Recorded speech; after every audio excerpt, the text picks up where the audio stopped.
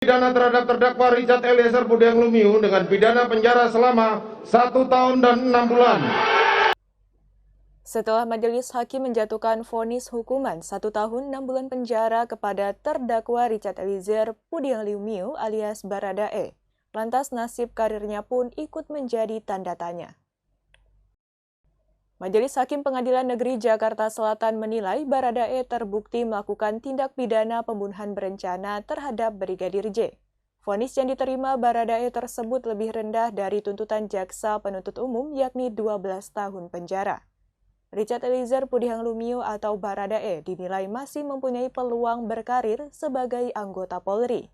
Hal ini jika Majelis Hakim pada Pengadilan Negeri Jakarta Selatan tidak menjatuhkan vonis lebih dari 2 tahun penjara dalam perkara itu. Menurut Reza yang juga merupakan dosen psikologi forensik dan manajemen konflik di Perguruan Tinggi Ilmu Kepolisian, jika hakim menjatuhkan vonis maksimal 2 tahun penjara, maka karir Richard di Polri kemungkinan masih bisa diselamatkan. Sebab sebelumnya Kapolri Jenderal Listio Sigit Prabowo telah menyampaikan jika terdapat anggota Polri yang terlibat kasus pidana dan mendapat putusan hukuman di atas 2 tahun penjara, maka akan dipecat dengan tidak hormat atau PTDH.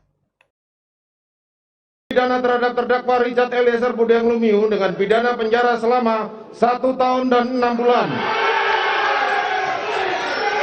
Menetapkan penangkapan dan lamanya masa penahanan yang telah dijalani terdakwa dikurangkan sepeluruhnya dari pidana yang dijatuhkan. Menetapkan terdakwa tetap berada dalam tahanan. Menetapkan terdakwa sebagai saksi pelaku yang bekerja sama atau justice kolaborator. Menyatakan barang bukti adalah sebagaimana dalam surat tuntutan jaksa penuntut umum. Membebankan terdakwa untuk membayar biaya perkara sebesar Rp5.000.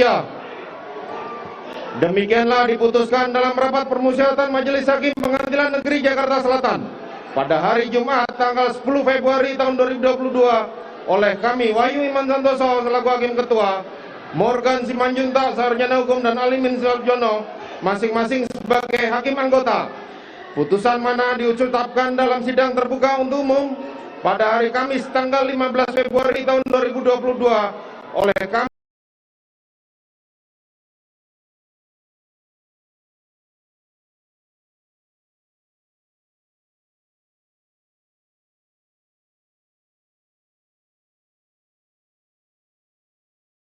Untuk berita selengkapnya, teman-teman bisa langsung cek di website Bangka Pos di bangkapos.com dan posbelitung.co.